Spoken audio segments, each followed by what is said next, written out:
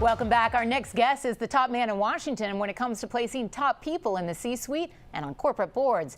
He's here to share his insight on being the best. But first, Chris Van Cleve tells us about Nels Olson, vice chairman of Korn Ferry. Here's how you know someone is a success. Nels Olson got his start at the White House in the Office of Presidential Personnel. It was back in the late 80s. He found and recommended candidates for senior political positions in cabinet agencies, and it was his job to get political clearances for all presidential appointees. He worked in PR and government service before hitting his stride at Korn Ferry more than 20 years ago. He's a headhunter, but not just any headhunter. He recently helped fill the job of commissioner of the NFL and the Federal Reserve Banks of New York and Boston. The GW grad recently found perfect matches for the boards at Lockheed Martin, the Carlyle Group, and Tyco Electronics. Where in the world does he find the right person? Easy. The U.S., Europe, Asia, and Latin America. He can fill positions in industries such as finance, technology, consumer, industrial, and healthcare. Fortune 500 companies look to Nels Olson when they need to get a job done. And now Nels Olson is here to talk about how to get to the top. Nels Olson, welcome to the Washington Business Report. Great to be here. Thanks. So people shouldn't be confused by your resume that you look a little young to have done all of that. I knew you when you actually were quite young and working in the Bush White House. How did you start off in the White House? Well, like a lot of folks in Washington, I came to Washington from politics, and I had worked on the Bush campaign back in the late 80s, 87, 88 in New York, and came to Washington with bright eyes and dreams of getting involved in politics, and ended up working in the White House after volunteering there for a bit, and I ended up in presidential personnel, which was doing a really executive search for the president. And which can be a thankless and difficult job. It's glamorous on the outside, but on the inside, that's a very difficult job. Yeah. Since then, you've had many people in politics come to you and say, okay, now place me in the private sector. It's not that easy. You've told me for years, you can have the top job in the cabinet, but if you don't have some private sector experience, it's hard. What are companies looking for today in top executives? Yeah.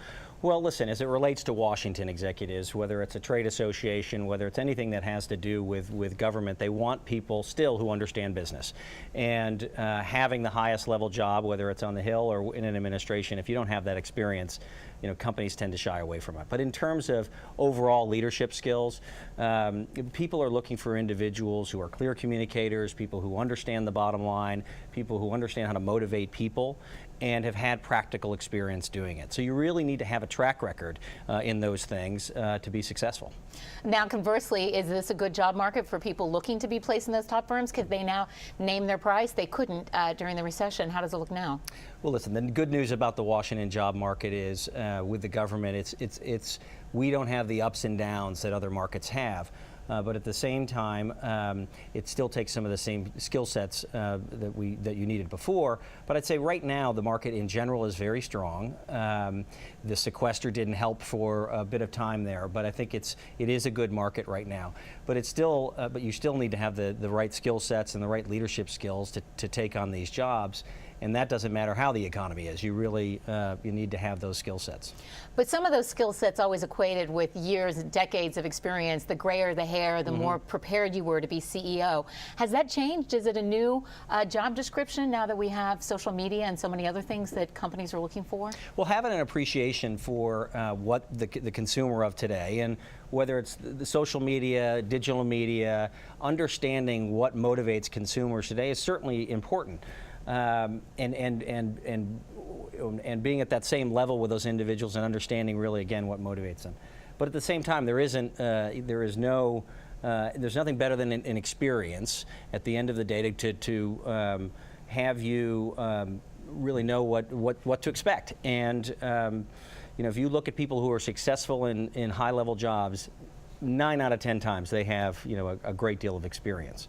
You've also placed many people on corporate boards. What are corporate boards looking for now? Are they looking for more diversity? Are they looking for new names, old and well-known names? What's the trick there? No, the boardroom has changed dramatically, and having practical business experience is always important. I can't think of a board assignment that I've worked on in the last number of years where the issue of diversity hasn't come up. as you look at the facts, businesses that have diverse boards and diverse employee populations have done better, and so having diversity of opinion on the board is critically important. But I think that traditionally people have looked for people who have had board experience with other boards. They've also looked for individuals who have practical experience in that particular business. So the days of just finding a former CEO, that's always nice, and we certainly have clients who want that. And CEOs of public companies want to have people who know what it's like to sit in their chair. Right. But I think, again, you mentioned before social media and digital media. The question of how digital media impacts a particular business comes up in a lot of these. So talk to us about your own story. You were in the right place at the right time and had done hard work to get into the White House, but then you have to be good at what you're doing to rise to the top, and you have a Korn Ferry. What do you attribute your success to? What are some of your attributes? Well, you're kind to say that. I mean, I think in my particular case, I was blessed with a great firm with a terrific strategy that has always believed in a meritocracy, and that it was not about your pedigree or your background, but really more about what your clients thought. And hard work and all these things pays off, and you know that better than anybody. But I would say that when I joined our firm, we didn't have a practice in government affairs in a town like Washington, so there was an opportunity. And then I spent some time running our New York office and got involved in 2008 when there really was quite an intersection between business and Washington, and that's when I got much more involved in the board and CEO space. So timing has been on my side, and a great strategy with the firm. And just lastly, it's ironic that you're here today. We didn't plan it this way. Your firm did do the search to replace Barbara Lang. I know you're not going to break the news here today who got that job. So instead, take us behind closed doors. Who called you for the NFL job? Did Bush 43 call you and say, hey, Nels, I would be a good NFL commissioner? Come on, share some scoop on that job search. I will tell you, that was, as you might imagine, was one of the funnest searches that I had the privilege of working on with a few of my partners, and there were a number of interesting people who raised their hand for it. You're not going to tell us who? I'm not going to tell you who, but they ended up with a fabulous commissioner in Roger Goodell, who I think by all accounts has done a fabulous job. And do you get to go to more games as a result of placing that job? I have had the privilege of attending a Super Bowl or two, and it's been great. And, it's not bad to be Nels Olson. Yeah. Thanks so much for joining us on Washington Business Report. Well, how good are you at marketing yourself? Could you go it alone and be your own boss? Our next guest will tell you just what to do. Stay tuned.